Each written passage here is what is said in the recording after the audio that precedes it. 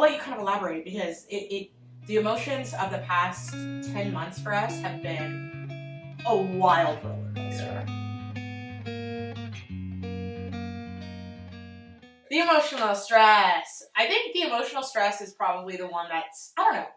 Financial is the biggest thing, but I think emotional takes the biggest toll. Yeah, and I mean, in a lot of ways, emotional encapsulates all of the stress associated with all of these various, moving parts, whether it be the financial issue or just, the house itself. So the first one that I want to discuss is something that I felt the last few times when I bought a house.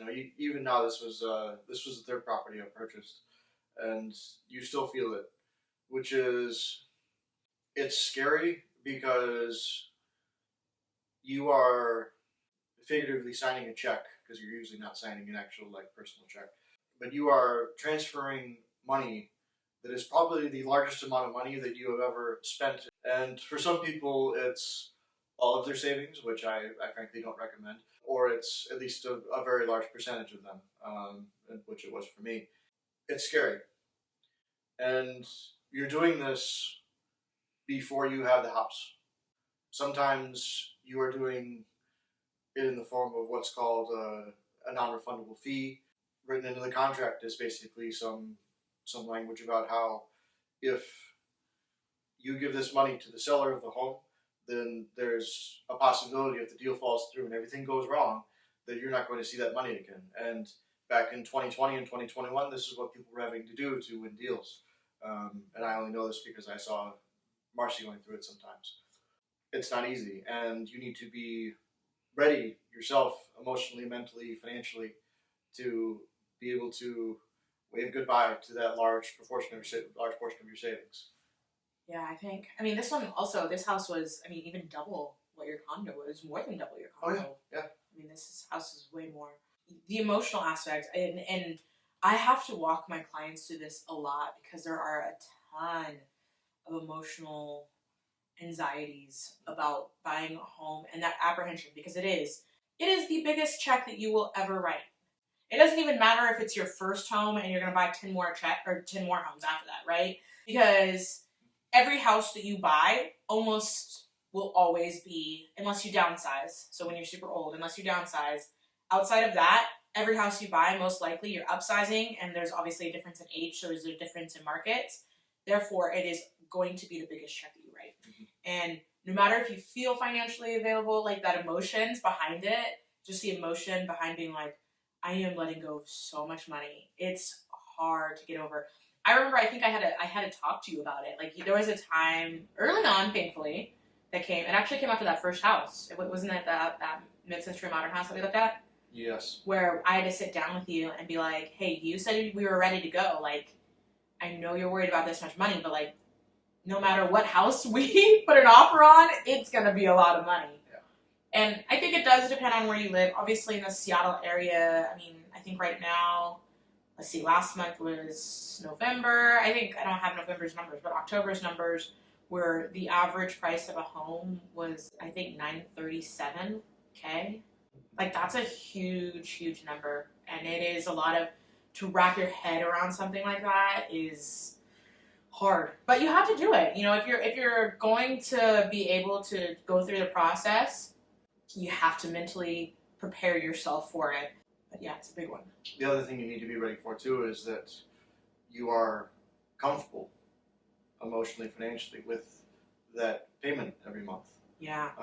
Because in some cases you'll find that it's bigger than your rent or your previous home ever was, and you need to know that you have the savings and know that you have the security, whether that be in your relationship or your job, your career, your business, whatever the case may be, to keep making that monthly payment every month, because that's your family is depending upon that, and that's a lot of stress for some people.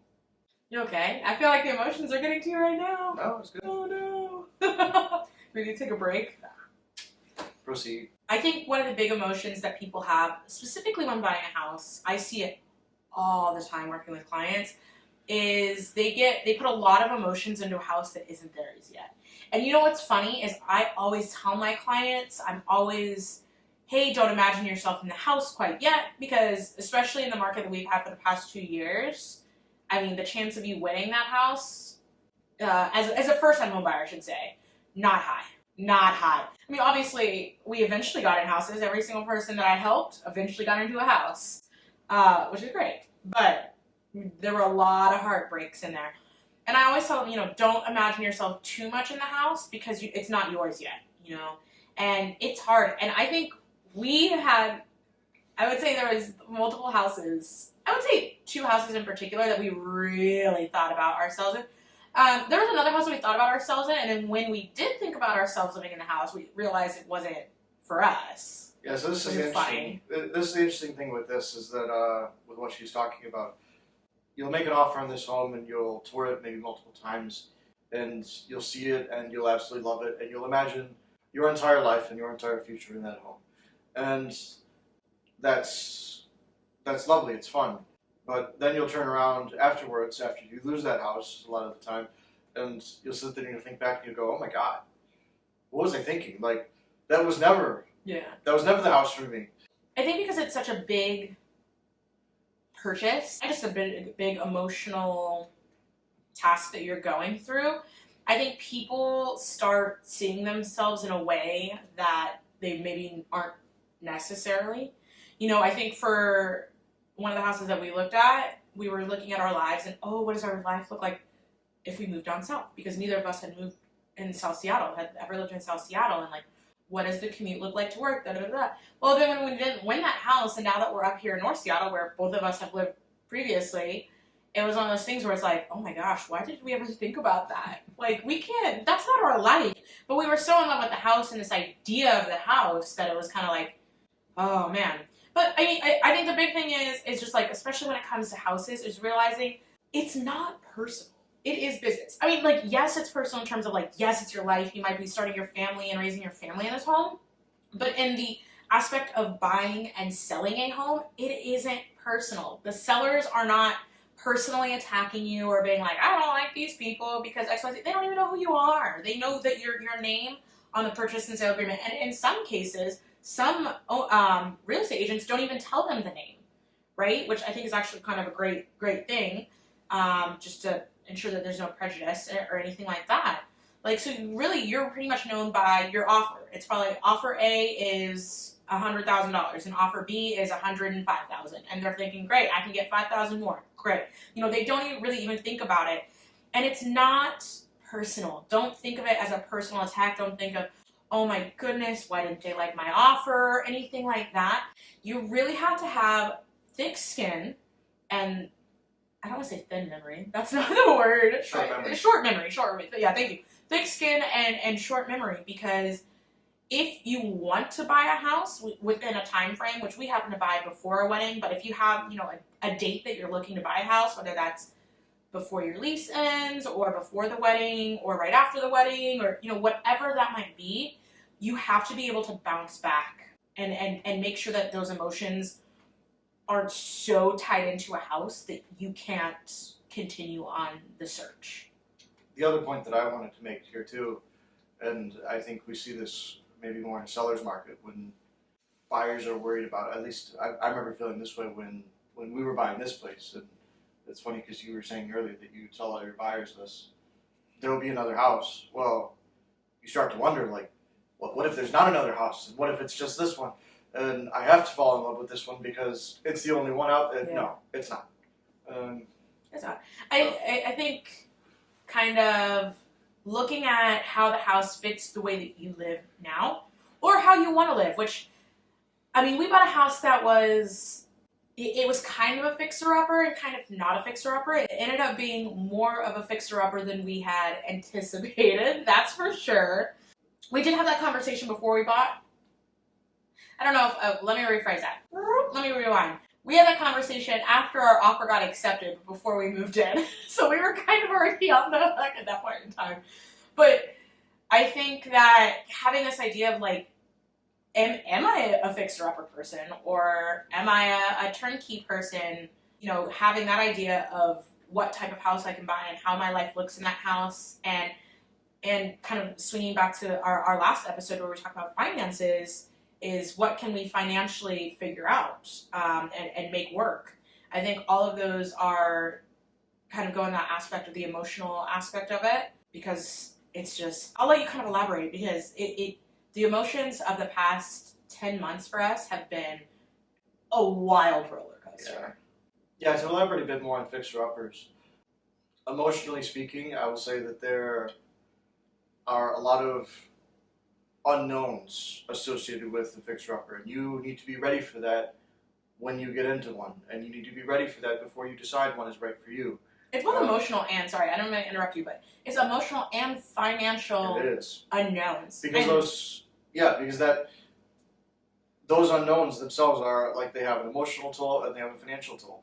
And what you need to be ready for, both financially and emotionally, is to come into your dream home and find out that it's going to take a lot more money actually to turn it into your dream home, and what you've imagined than maybe you'd anticipated.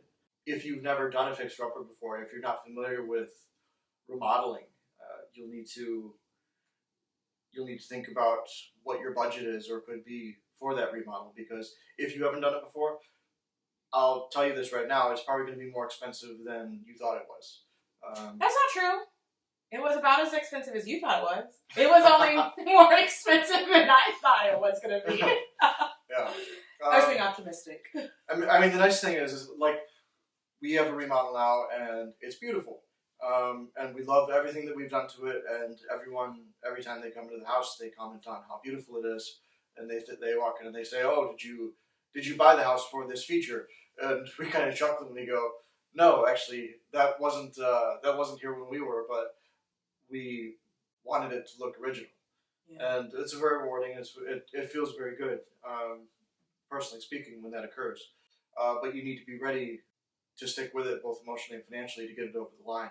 The other thing I'll talk about emotionally is, very briefly, is DIY. I knew you were going to say that, because I'm staring at the room right now. Can I take it? You may. Okay, I think that if you're going to do DIY, because DIY, of course, on the financial aspect, is the cheaper route to go. But it does take such an emotional toll. And as you are kind of navigating through this process of getting married, you have to realize that emotional toll, it can take a lot onto you. You know, we had some issues with the contractor, and Evan and I said, okay, well, we can figure it out ourselves, and we can DIY it ourselves. And we got through one project okay, and we moved on to the next room to start another project, and we got through an eighth of that, and then it was like we were at each other's throats. I had a hard time like seeing the end of the road. I couldn't see the light. We ended up going to marriage counseling. It got to the point basically where we sat down and we realized if we continue to do this, it was taking such an emotional toll on us that we didn't know if we were going to get married. And for us, we got to the point where we're like, this room and this project and this DIY aspect of our house is not worth ruining our relationship and our marriage over. It's just absolutely not. And so for us, that was something that we contracted out. And I think being able to have that hard conversation with someone, your partner, is super, super important, because had we tried to continue doing it, first of all, we wouldn't be nearly as far along as we are now. There's no way. But second of all, we might not have even gotten married. We might not have. I mean, I could talk a little bit about DIYing. I was a fairly competent do-it-yourselfer even before I met Marcy. I mean, I prepped my first home for sale and painted and fixed the walls and, did some light electrical work and some plumbing and stuff. And it maybe took me a couple weeks, and it was a couple weeks of real late nights and long weekends getting it ready. And it worked out. I think I made another $20,000 above what I'd asked for the home. That felt really good. And so I walked into this thinking, we'll DIY it, and I can probably do it, and it'll be fine. And the answer, of course, is that you can do it. And, you go and you watch some YouTube videos, and you buy the stuff at Home Depot, and you find out that maybe it's not that hard, but it's still not your job. Yeah. And you spend 8 to 10 hours working your day job so that you can end up affording the place.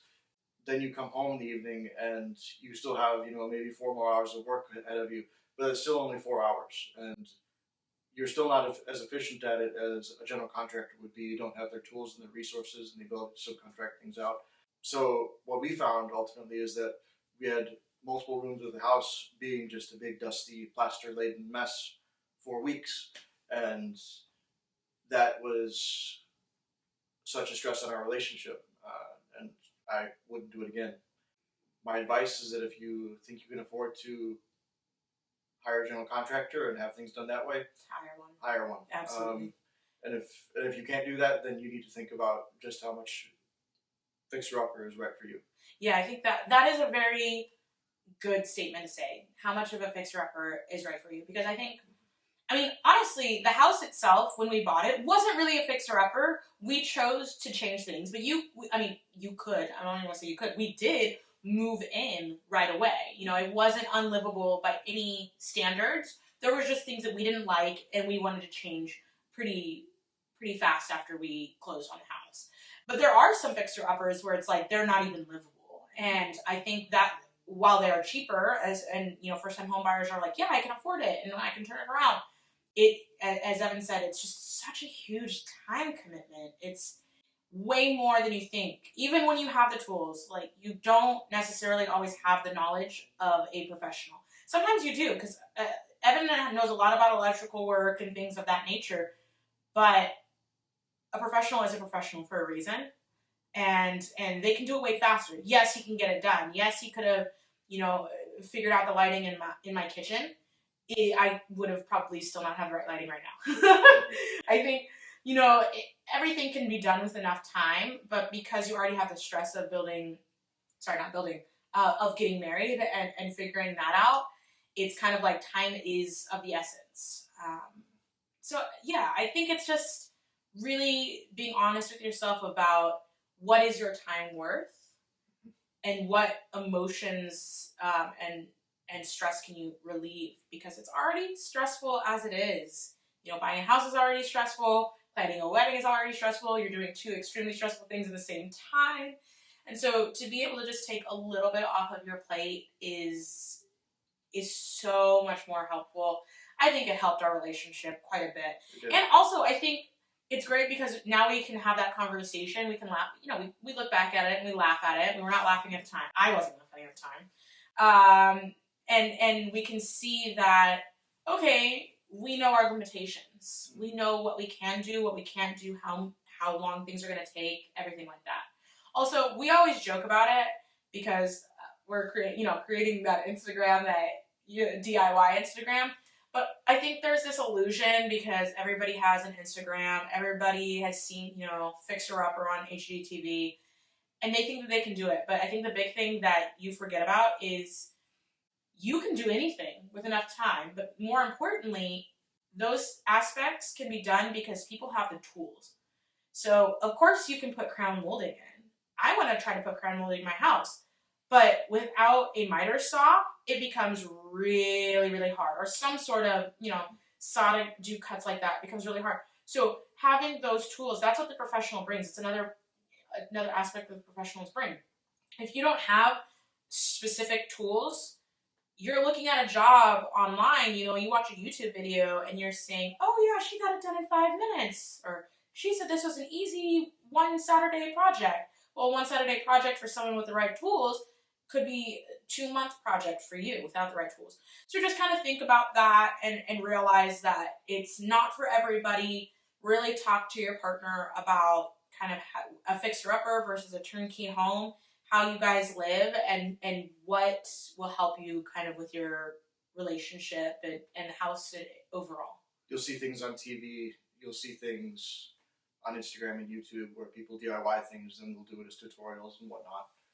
And they'll tell you how long it takes. My personal opinion is that it is never as easy or as quick as those people make it out to be. Or they do it. DIYers do it a lot. So I feel like they get used to doing that. It's easy. Well, once you know how to do something, it becomes easy to trivialize it. That's so true. Plus, there's a lot of editing. Well, yeah. I could sit here and think that my job is easy, but for someone off the street with no background in it, probably not. That's a good point. Anyway. So the other big emotional thing is the wedding. Okay, I don't want to say specifically for women, although I do think this is more of the bride thing than it is the groom. I definitely experienced it more than you did. The emotional stress of the wedding is crazy. And again, I will reiterate this again and again and again. I said it in our financial episode. I'm going to say it again here. It is one day. It's one day. And I think that, you know, we watch all the movies and whatnot, the TV episodes, Say Yes to the Dress, or, you know, I don't actually know what other wedding movies or wedding TV shows there are. Pick your Sandra Bullock film. Like yeah, right. The Wedding Planner from J-Lo, all that stuff.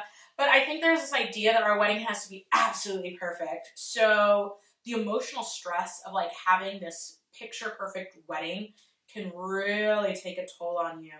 And here's my quick story. I did almost all the planning by myself. I did have a great day of coordinator. However, I did all of the design planning and everything like that by myself. And the week of my wedding was a chaotic mess. The night before my wedding, I was still putting flowers in vases. We had to load U-Hauls with all the stuff moving from my house to the other. I was still thinking about how we had our post-wedding brunch that we had to host at our house and all of these things. And I was like, oh, this isn't going to be ready and this isn't going to be ready. And I got in a big old fight with Evan, and thank God I am married to the most patient man alive. And I was I was breaking down and I couldn't do it. And I was just like, it's not going to be perfect. It's not going to be perfect. And I've had so many months, and I mean, it was like 18 months after no, it wasn't 18 months. How many months? Yeah, it was about 18 months after you asked me to marry you. Because you asked me to marry you in July of 2021, and we got married in October 2022. And so about 18 months that I've been planning this, and I was so frustrated because everything wasn't picture perfect and broke down. The emotions were just like literally coming out of me in the form of tears, which Evan will tell you, I don't cry very often. It's usually anger or stress, and this was probably both of those things. It was definitely those. I went to bed that night. I woke up and I was like, you know what? I don't care, because one, there's nothing I can do about it at this point in time. And two, the point of the wedding and point of marriage is that I get to marry this man. Like, who cares? And you know what, ladies? I shouldn't even just say ladies. You know what, people? You know what, everyone? The reality is the amount of people who came up to me both during and after my wedding being like, your wedding was like a dream. I want my wedding to be like that. It was so amazing. And yet, when I was looking around at my wedding, I was like, oh, that's not right. That's not what I planned. That's not right. That's not right. That's not right. But I just kept kind of doing my own thing because, you know, there's nothing I can do about it then. Nobody knows. Most people they're there to have a fun time. They're there to celebrate with you. And they're going to think it's perfect regardless of whether or not you think it's perfect. And so kind of being able to get rid of that, especially as the big day gets closer, is so important. Or at least try to manage that emotional stress. Because I don't know if I can say get rid of it. It's going to be there regardless, let's be honest. Especially if you're like me, a little type A. But just being able to realize it is one day of hopefully a long marriage. And it is a day that other people are going to think are beautiful. Regardless of what may or may not go wrong, they're going to think it was an amazing day. So don't think too much about it. The emotional stress, it's there. I think it goes hand in hand with financial stress. Just realize that there is a tunnel. There's a light at the end of the tunnel. There's a tunnel, there's a light. You're going to get there. Yeah. The day of is going to come and you're going to get married regardless. And that doesn't mean, I don't know, go down to the courthouse and then get the door at Domino's, but, you need to have the ceremony that you'll be happy with. But remember that at the end of the day, as Marcia said, it's still only one day, and don't let your focus on that one day, potentially ruin all the days that come after. Well, I think that's it for the kind of emotional aspect of the marriage and mortgage. So thank you for joining us again, and we are excited to see you for the next episode where we're going to be talking about a little bit of the physical stress of buying a house and getting married in the same year. Thanks.